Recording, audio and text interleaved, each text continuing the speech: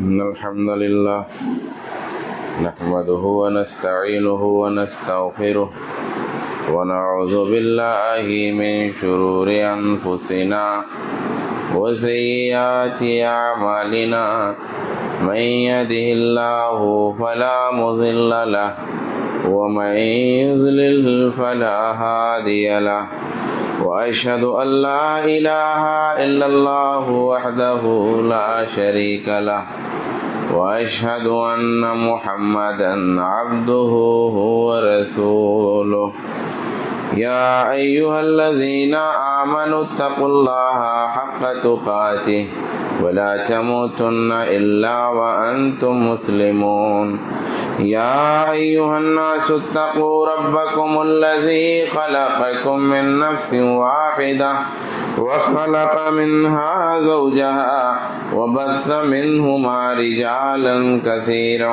ونساء واتقوا الله الذي تساءلون به والأرحام إن الله كان عليكم رقيبا يا أيها الذين آمنوا اتقوا الله وقولوا قولا سديدا يصلح لكم أعمالكم ويغفر لكم ذنوبكم ومن يطع الله ورسوله فقد فاز فوزا عظيما أما بعد فإن خير الحديث كتاب الله وخير الهدي هدي محمد صلى الله عليه وآله وسلم وشر الأمور محدثاتها وكل محدثة بدعة وكل بدعة ضلالة وكل ضلالة في النار.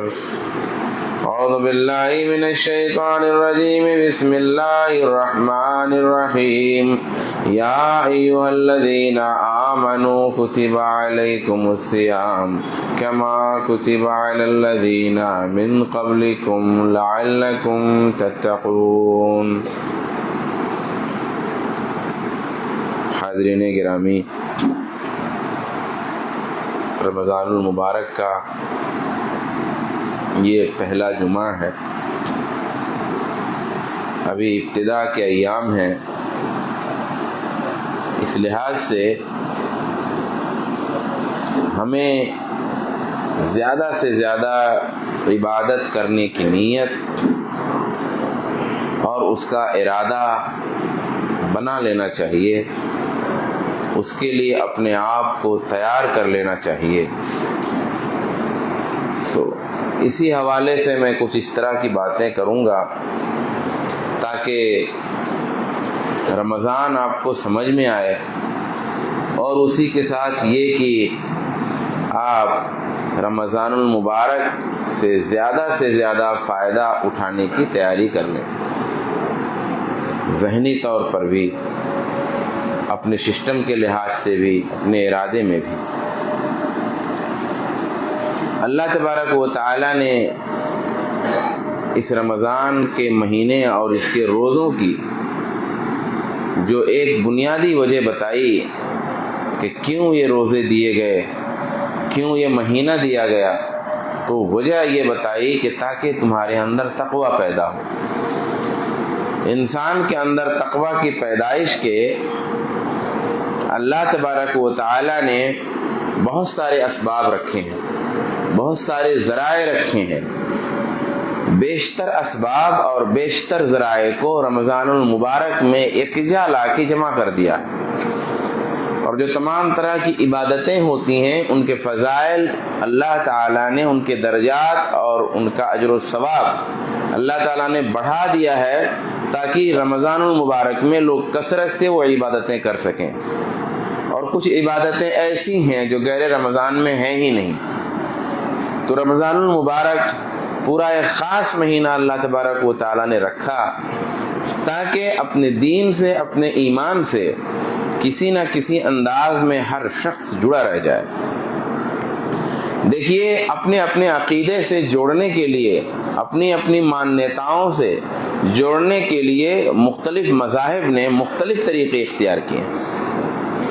بھائی ہمارے آس پاس بہت سارے دھرم، بہت سارے مذہب ملتے ہیں، انہوں نے اپنے طور پر جو اپنی ان کی مانیتائیں ہیں، جو ان کا فیتھ ہے، ان کا جو عقیدہ ہے، اس سے جوڑنے کے لیے انہوں نے کچھ ریتیاں، کچھ رواج، کچھ خیالات، کچھ واہمے، کچھ رسوم بنا کے رکھے ہوئے ہیں۔ اب اپنے آپ میں ایک بات ضرور یہ ہے کہ کون سی چیزیں صحیح ہیں اور کون سی چیزیں غلط ہیں۔ اللہ تبارک و تعالیٰ سے جوڑنے کے لیے بھی اللہ کا جو تصور، جو مذہب رکھتا ہے، اللہ تبارک و تعالیٰ کے بارے میں الگ الگ طرح کے تصورات بھی لوگوں نے رکھے ہیں اور اس کے الگ طرح سے لوگوں نے نام بھی رکھے ہیں۔ تو جس کے یہاں خالق کا جو تصور ہے، پیدا کرنے والے کا جو تصور ہے، اس لحاظ سے اس نے خالق سے جوڑنے کے لیے اپنے طریقے رکھے ہوئے۔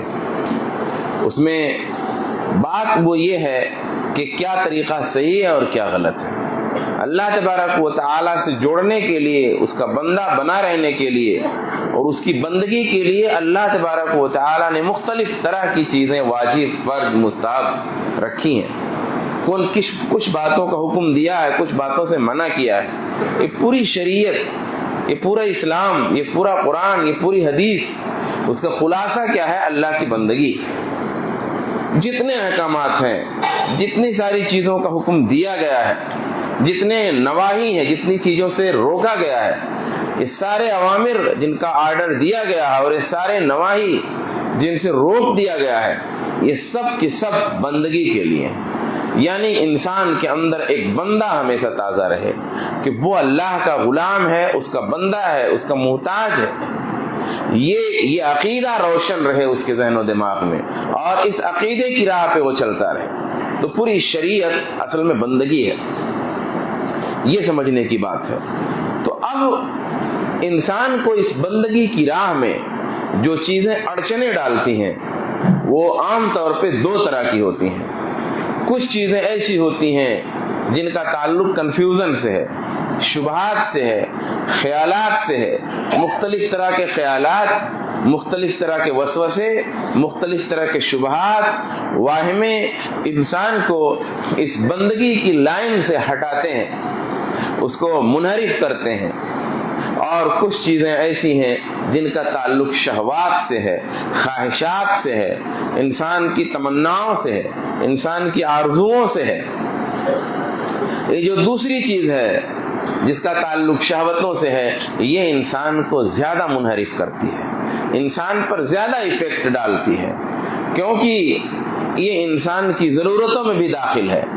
کوئی خیال لانا ہے ہماری ضرورت نہیں ہے، کوئی وہم لانا ہے ہماری ضرورت نہیں ہے، لیکن ایک گھر ہونا ہماری ضرورت ہے، اور وہی ضرورت بعض دفعہ آرائش بن جاتی ہے۔ بیوی ہونا ہماری ضرورت ہے، وہ ضرورت آرائش کی حد تک چلی جاتی ہے۔ اولاد ہونا ہماری ضرورت ہے، ہوا ہونا ہماری ضرورت ہے، کھانا ہونا ہماری ضرورت ہے، پینے کی چیزیں ہماری ضرورت ہیں، پہننے کی چیزیں ہماری ضرورت ہیں۔ یہ ضرورتیں جو دنیا میں موجود ہیں یہ ترقی کرتی جاتی ہیں، یہ پھر حلال میں بھی ہوتی ہیں، حرام میں بھی ہوتی ہیں۔ تو جب انسان حلال کے دائرے سے نکل کر کے حرام کے دائرے میں جانے لگتا ہے، انسان ضرورت سے نکل کے خواہشات میں داخل ہونے لگتا ہے، ضرورت سے نکل کر کے آرائش میں داخل ہونے لگتا ہے، تو پھر شہوات کا دائرہ بڑھتا ہے، خواہشات انسان کی بڑھتی جاتی ہیں، مزور ہوتی جاتی ہیں، اور یہ خواہشات انسان کو اس کی بندگی کی راہ سے منحرف کرنے لگتے ہیں، ہٹانے لگتے ہیں۔ تین طرح کے مطالبات ہیں انسان کے اندر، اور یہ تینوں مطالبات جب اپنی حد سے بڑھتے ہیں تو انسان کے اندر شہوت، انسان کے اندر مزور خواہش، انسان کے اندر ضرورت سے ہٹ کر کے تمنا پیدا کرتی ہے۔ وہ مطالبات کیا ہیں؟ انسان اپنے آپ کو زندہ رکھنے کے لیے غذا کا مطالبہ رکھتا ہے، یعنی انسان کو کھانا چاہیے، کھانا نہیں ہوگا تو وہ زندہ نہیں رہے گا، پانی نہیں ہوگا تو وہ زندہ نہیں رہے گا۔ یہ انسان کا اندر کا مطالبہ ہے، اس کی نیڈ ہے جو اس کے رگوں پے میں لگی ہوئی ہے۔ وہ چاہے بادشاہ وقت ہو اور چاہے کسی کارخانے کا مزدور، جب بھوک لگے گی تو دونوں کی خواہش بالکل یکساں ہو، کھانے کی لالچ دونوں کی یکساں ہوگی۔ دونوں ایک دسترخوان پہ بیٹھے ہوں گے تو بھنا ہوا مرغ ہوگا اور بیچ میں اور سادہ چیزیں ہوں گی تو دونوں کی خواہش بھنے ہوئے مرغ کی طرف جائے گی۔ وہ چاہے 7 ہفتہ اقلیم کا بادشاہ بیٹھا ہو اور چاہے کسی کارخانے کا مزدور بیٹھا ہو، یہ کھانے کی جو خواہش ہے وہ دونوں کی یکساں ہوگی بھوک لگنے پر۔ ٹھیک ہے آپ آسودہ ہیں، آپ وہ خواہش آپ کو نہیں ہوگی، لیکن جب بھوک کے عالم میں آئیں گے تو دونوں یکساں ہو جائیں گے۔ یہ انسان کی بنیادی نیڈ ہے، اس کی بنیادی ضرورت ہے۔ اسی طریقے سے بقائے جنس کے لیے، بقائے صنف کے لیے، بقائے نسل کے لیے جنس کا مطالبہ۔ اللہ تبارک و تعالیٰ کی مشیت یہ ہے کہ یہ نسل چلتی رہے، یہ کائنات جاری رہے، یہ کائنات رکے نہیں، انسانوں کی یہ کائنات ختم نہ ہو، یہ اللہ کی مشیت ہے۔ اللہ نے اس مشیت کو جاری رکھنے کے لیے انسان کی فطرت میں ایک نیڈ رکھ دی ہے، مرد کے لیے عورت کی، عورت کے لیے مرد کی نیڈ، خواہش رکھتی ہے۔ یہ اس کی بنیادی ضرورت ہے اگر اس کے اندر وہ خواہش موجود ہے۔ اسی طریقے سے تیسری چیز ہے انسان تھکتا ہے، انسان چور چور ہو جاتا ہے کبھی کبھی محنت کرنے کی وجہ سے، تو انسان کے اندر تھکاوٹ آتی ہے، اس کی انرجی جاتی ہے، اس کے لیے آرام کا مطالبہ اس کے نفس کے اندر موجود ہے۔ وہ جب چلتے چلتے تھک جاتا ہے تو یکایک بیٹھ جاتا ہے، وہ چاہے پہلوان ہو، چاہے بہت طاقتور ہو، وہ بھی تھکتا ہے تو اپنے ہاتھوں پہ ہاتھ پھیرتے ہوئے، اپنے سر پہ ہاتھ پھیرتے ہوئے تکیہ لگا کر کے لیٹ جاتا ہے۔ اس کی نیڈ ہے یہ بنیادی، وہ تھکتا ہے تو اس کا بدن ڈھیلا ہوتا ہے۔ یہ 3 وہ بنیادی چیزیں ہیں، یہ 3 وہ بنیادی مطالبات ہیں جو انسان کے اندر پیوست ہیں، انسان کے اندر موجود ہیں۔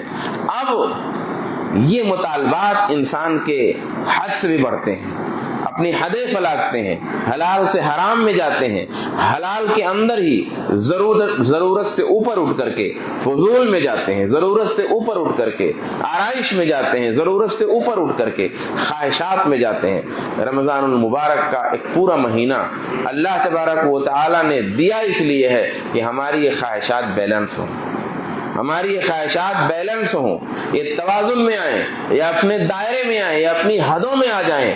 جنس کی جو ضرورت ہے وہ اپنی حد میں آ جائے، کھانے پینے کی جو ضرورت ہے وہ اپنی حد میں آ جائے، آرام کی جو ضرورت ہے وہ اپنی حد میں آ جائے، اور انسان یہ سبق سیکھ لے کہ یہ دنیا اتنے ہی آرام کے لیے بنائی گئی ہے جتنا آرام آپ کے بدن کو نئے کام کے لیے تیار کر دے۔ بس یاد رکھیے گا، نیند اتنی ہی ضروری ہے جتنی نیند آپ کے بدن کو پھر ایکٹیو کر دے، پھر تر و تازہ کر دے، وہی نیند آپ کے لیے ضروری ہے۔ باقی جو زائد نیند ہے یہ غفلت ہے۔ آپ کے لیے آرام، آپ کے لیے لیٹنا وہی ضروری ہے، وہی ہونا چاہیے جو آرام آپ کو تازہ کر دے۔ باقی وہ آرام جو آپ کو مزید ڈھیلا کر دے، اس آرام سے بچنا ہے۔ رمضان المبارک نے سبق یہ دیا ہے کہ ہماری یہ تمام چیزیں بیلنس ہونی چاہیے، ہماری یہ تمام چیزیں توازن میں ہونی چاہیے۔ مگر افسوس کا مقام یہ ہے کہ بعض چیزیں ہماری اسی ماہ رمضان میں اپنے توازن کی حد سے آگے نکل جاتی ہیں، بلکہ پرورش ہونے کے بجائے ان خوبیوں کی، پریکٹس ہونے کے بجائے ان خوبیوں کی، یہ خوبیاں ٹوٹ پھوٹ جاتی ہیں۔ رمضان المبارک عبادتوں کا مہینہ بننے کے بجائے کھانے پینے کا مہینہ بن گیا ہے، کھانے پینے کا مہینہ۔ رمضان آتا ہے تو کھانے کی ساری خواہشیں ہم جگا لیتے ہیں۔ یقیناً دن بھر بھوک کے بعد انسان کے کھانے کی خواہش ایک مختلف طریقے سے بڑھتی ہے، لیکن پھر اس خواہش کو کنٹرول کرنا ہے آپ کو۔ رمضان المبارک سے اپنے جسم کو بھی فائدہ پہنچانا ہے، اپنی روح کو بھی فائدہ پہنچانا ہے، دونوں کو فائدہ پہنچانا ہے۔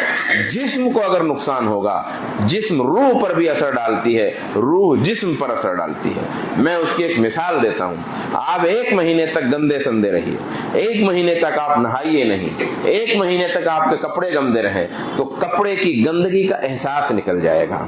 اب آپ کو گدلا کپڑا نارمل لگے گا، بہت سارے لوگ ہوتے ہیں پہنے رہتے ہیں، ارے کچھ کہاں لگا ہے، صافی تو ہے، کوئی داغ ساگ تو ہے ہی نہیں، کچھ تو لگا نہیں ہے۔ کپڑا دھلنے کی ضرورت ان کو نہیں لگتی ہے، ان کو کچھ لگا نہیں ہے کیونکہ ان کا احساس مر چکا ہے۔ تو جسم روح پر بھی اثر ڈالتا ہے. آپ جو کھاتے ہیں اور بے تحاشا کھاتے ہیں, کچھ بھی کھاتے ہیں, کیسا بھی کھاتے ہیں, بس کھانا اور کھانا اور کھانا, چٹپٹا سٹپٹا, کیسا بھی تیل ہو, کیسی بھی شکر ہو, کیسی بھی مٹھائی ہو, کیسا بھی اس کو تیار کیا گیا, بس آپ کو کھانے کو ہونا چاہیے. 1 بجے تک کھانا ہے, 12:30 بجے تک کھانا ہے, 1:30 بجے تک کھانا ہے. آپ بتائیے رمضان المبارک کے جس مہینے میں ہمارے جسم کو اتنا صاف کرنا تھا کہ وہ ایسا ایکٹیو ہو جائے عبادت کے لیے, وہ تو غلاظتوں کا انبار بن گیا ہے, ٹاکسن کا انبار بن گیا ہے. ہمارا پورا بدن, ہمارے پورے بدن میں گندگی بھر گئی ہے, خون میں گندگی جمع ہو رہی ہے, رگ و ریشے میں گندگی جمع ہو رہی ہے. اس پورے رمضان میں یہ کام ہم کر رہے ہیں اور بدن ہمارا سست سے سست ہوتا جاتا ہے. 10 دن دیکھیے, یہ صرف دل کی غفلت نہیں ہے, یہ جسم کی بھی غفلت ہے. 8 دن 10 دن تک جب آپ جیسا کھاتے ہیں ہم مسلمان لوگ, ویسا کھانے کے بعد تو بدن میں خود ہی اتنی ڈھیلاپن آ جاتا ہے, بدن خود ہی اتنا ڈھیلا ہو جائے گا کہ 10 دن کے بعد تراویح میں کھڑے ہونے کی ہمت نہیں رہ جائے گی. تو میرے بھائیوں, یہ کھانے پینے کا مہینہ نہیں ہے, یہ روزہ رکھنے کا مہینہ ہے, یہ تو بھوکے رہنے کا مہینہ. بھائی یہ مہینہ ہی, اس مہینے کا جو سمبل ہے, اس مہینے کی جو علامت ہے, اس مہینے کی جو نشانی ہے, وہ ہے کیا؟ اس پورے مہینے کی جو اوپن نشانی ہے وہ کھانے پینے سے رکنا ہے. بھائیو دیکھیے, اس میں عبادتیں بہت ساری ہیں, لیکن اس کا سمبولک عبادت کیا ہے؟ نہ کھانا اور نہ پینا. یہ ہے جو علامت ہے جس سے پہچان ہوگی کہ آپ روزے سے ہیں کہ روزے سے نہیں ہیں. رمضان کے مہینے میں گالی دینے سے بھی منع ہے, جھوٹ بولنے سے بھی منع ہے, چوری کرنے سے بھی منع ہے, لیکن چوری سمبل نہیں ہے, جھوٹ سمبل نہیں ہے, گالی سمبل نہیں ہے, علامت نہیں ہے. رمضان کا پتہ, روزے کا پتہ کیا ہے؟ ہم نہیں کھا رہے ہیں, یہ روزے کی علامت ہے. ہم نہیں پی رہے ہیں, یہ روزے کی علامت ہے. ہم نے کھا لیا, ہم 1000 سچ بول رہے ہیں, ہم 1000 ایماندار ہے, روزے سے نہیں ہے. ہم نے کھا لیا, اگر ہم نے پی لیا, ہم دنیا کا 1,00,000 اچھا کام کریں دن بھر, لیکن ہم نے اگر پانی پی لیا تو ہم کچھ بھی ہے, روزے سے نہیں ہے. تو روزہ ہے ہی بھوک اور پیاس کا نام. ٹھیک ہے, وہ حدیثیں ہیں, وہ ایک الگ تناظر میں ہے, لیکن روزے کا بیسک کیا ہے؟ روزے کا بیسک یہ ہے بھوکا رہنا, روزے کا بیسک یہ ہے پیاسا رہنا. آپ روزے میں پیے جا رہے, کھائے جا رہے, یہ روزے کے مزاج کے خلاف ہے. کھانا وہ ہے صحیح کھائیے, کھائیے بھی اور صحیح بھی کھائیے, اور صحیح کھائیے, گھر کا کھائیے, بازار کا نہیں کھائیے. یہ عبادت کا مہینہ ہے, اور اتنا کھائیے کہ بس عورتیں بھی عبادت کر پائیں. ایسا تھوڑی ہے کہ یہ روزہ صرف مردوں کے لیے, عورتوں کے لیے نہیں ہے. جب وہ 12 بجے دن سے ہی تلنا بھلنا چالو ہو جائے گا افطاری تک صاحب, اور سحری میں اسے آپ سے 1 گھنٹہ پہلے اٹھنا پڑے گا, تو اس کو نیند بھی تھوڑی اور چاہیے. تو عبادت کب کریں گے گھر کی خواتین؟ یہ تو ہم نے پورا سسٹم بگاڑ لیا. خیر یہ خطبہ جمعہ اور کوئی درس ہوتا تو میں آپ کو کھانے پینے کی بھی کچھ رہنمائی دیتا, ہدایتیں دیتا, جو ہمارے حکماء, ہمارے اطباء, ہماری کتابوں میں لکھا اور جو بتاتے ہیں کہ بھئی کس طرح سے کھانا چاہیے. بہرحال میں یہ عرض کر رہا تھا کہ رمضان المبارک جو میں نے 3 طرح کی خواہشات بتائی ہیں, نیڈ جو 3 طرح کے انسان کی ہے, اس کو بیلنس کرنے کے لیے ہے. ہم کیا کرتے ہیں کہ جو اصل مقصد ہے رمضان کا, اس کو چھوڑ کر کے اسی کو بگاڑنے پہ لگ جاتے ہیں. اسی طریقے سے رمضان المبارک ہمارے لیے خریداری کا موسم ہے. بھئی خواہش کو کنٹرول کرنا ہے, تو ہم نے ایسی خریداری مچا رکھی ہے رمضان المبارک کے مہینے میں کہ اللہ کی پناہ.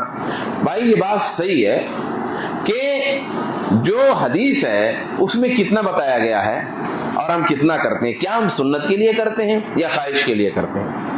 بھائی ایک تو حدیث ہے, بھوکا رہنے کے بارے میں حدیث ہے, عبادت کرنے کے بارے میں حدیثیں بھری پڑی ہیں, تہجد کے بارے میں حدیثیں بھری پڑی ہیں, شب قدر کے بارے میں حدیثیں بھری پڑی ہیں, تلاوت کے بارے میں حدیثیں بھری پڑی ہیں.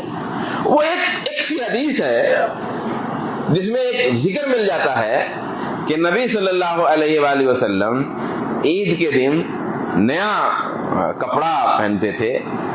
بھائی بس نیا سے ہم نے اتنا نیا لے لیا ہے, لگتا ہے وہی کل روزہ ہے. بھئی وہ ایک ہے بس اس کا یہ مطلب تو بالکل نہیں ہے کہ جس طرح آپ خریداری کرتے ہیں وہ فرض اور کیسا واجب سمجھ کر کے، بلکہ اس سے کہیں آگے ہو کر کے، تو اسے بھی بچنا چاہیے۔ رمضان جب شروع ہو رہا ہے، اینڈ ہو رہا ہے، تو جس کے لیے رمضان ہے اس میں لگنا چاہیے، جس کے لیے رمضان نہیں ہے اس میں ہمیں لگنا نہیں چاہیے میرے بھائی، یہ بہت ضروری بات ہے۔ رمضان کی آمد پر بہرحال یہ میں آگے بات کروں، تھوڑا سا میں بات آگے کروں، یعنی یہ جو خواہشات انسان کی ہیں وہ پورا رمضان اس کو بیلنس کرتا ہے۔ کیسے کرتا ہے وہ ایک دو اشارے میں نے دیے، بڑی باتیں بڑی تفصیلی ہیں۔ مجھے جو بتانا ہے اب وہ یہ کہ وقت مختصر ہے کہ بھائیوں دیکھیے، ارادہ بنا لیجیے۔ کیا کر لیجیے؟ ارادہ بنا لیجیے۔ ارادہ یعنی رمضان المبارک سے فائدہ اٹھانے کا پورا پکا اور پختہ ارادہ بنا لیجیے۔ یہ ارادہ کام کرے گا۔ اب آپ کہیں گے صاحب مجھ صاحب ارادہ کیا مطلب؟ آپ کو 5 بار قرآن ختم کرنا ہے، 1 بار ترجمے سے ختم کر لینا ہے، مطلب یہ کہ کوئی تراویح نہیں چھوڑنی ہے، مطلب یہ کہ کثرت سے دعا کرنی ہے، مطلب یہ کہ شب قدر 1 نہیں چھوڑنی ہے، مطلب یہ کہ کپڑے تھوڑا سستے کر لینے ہیں اور اس میں سے صدقہ و خیرات کر لینے ہیں، وغیرہ وغیرہ۔ آپ کو ارادہ بنا لینا۔ آپ کہیں گے مولانا 5 بار تو قرآن ختم کرنا، کیا 1 تو ختم نہیں ہوتا؟ اب ارادہ کیسے؟ تو میں آپ کو سمجھاتا ہوں کہ بھائی ارادہ سچا اور پکا بنائیے، توفیق دینا اللہ کا کام ہے۔ میں ایک مثال آپ کو دیتا ہوں۔ اس دنیا کی زندگی میں کیا آپ ارادے نہیں بناتے؟ کیا آپ سپنے نہیں دیکھتے؟ تو کیا آپ کے سپنے سب پورے ہو جاتے ہیں؟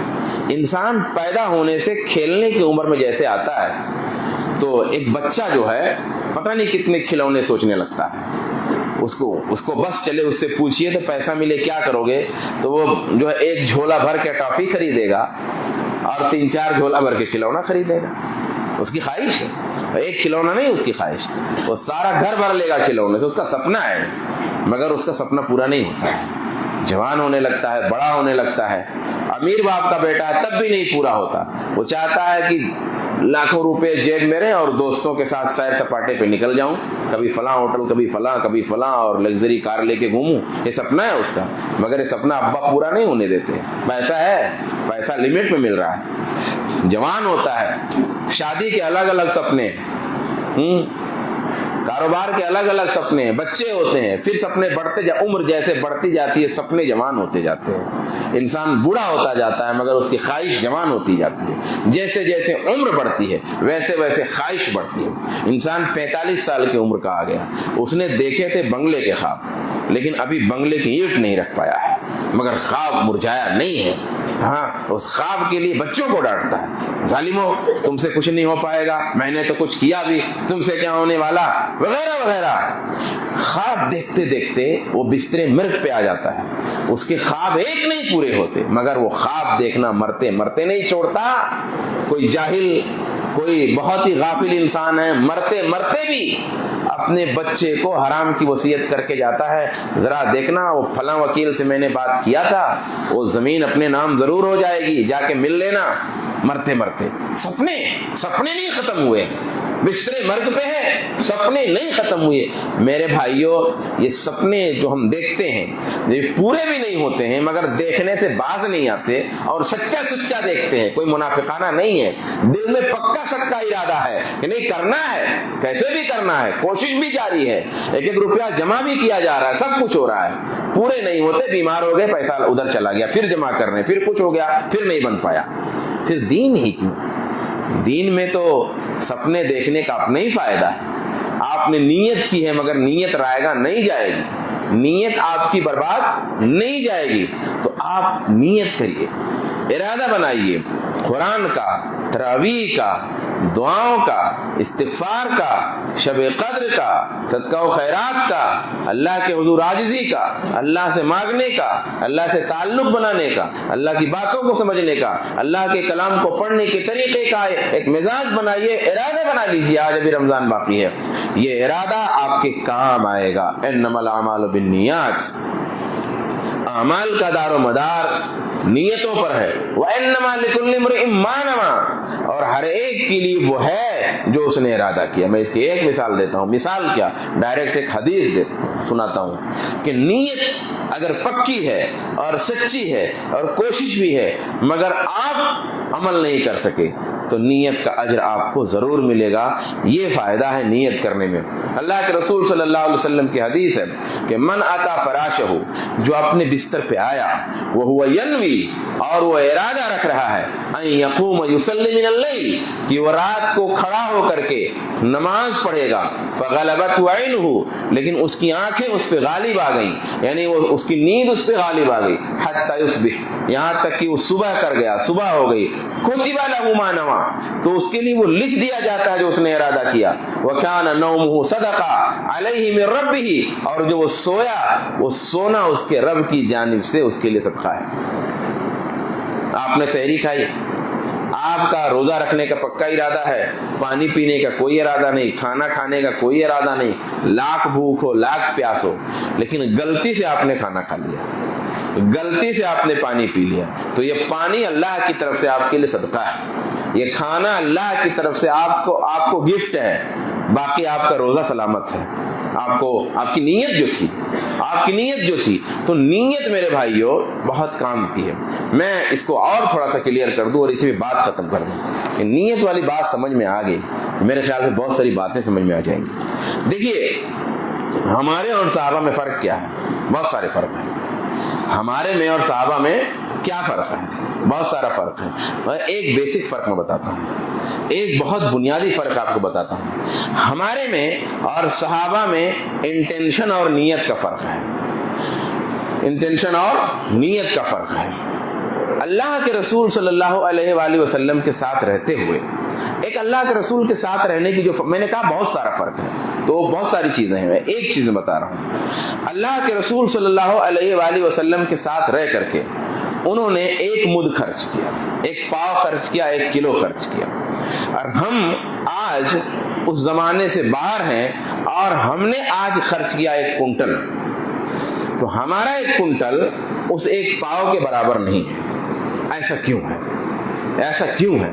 ہمارا 1 کنٹل ہے، وہ 1 پاؤ ہے. ایسا اس وجہ سے ہے کہ اس 1 پاؤ کے پیچھے نیت 1 کنٹل کی تھی اور اس 1 کنٹل کے پیچھے نیت پاؤ کی ہے.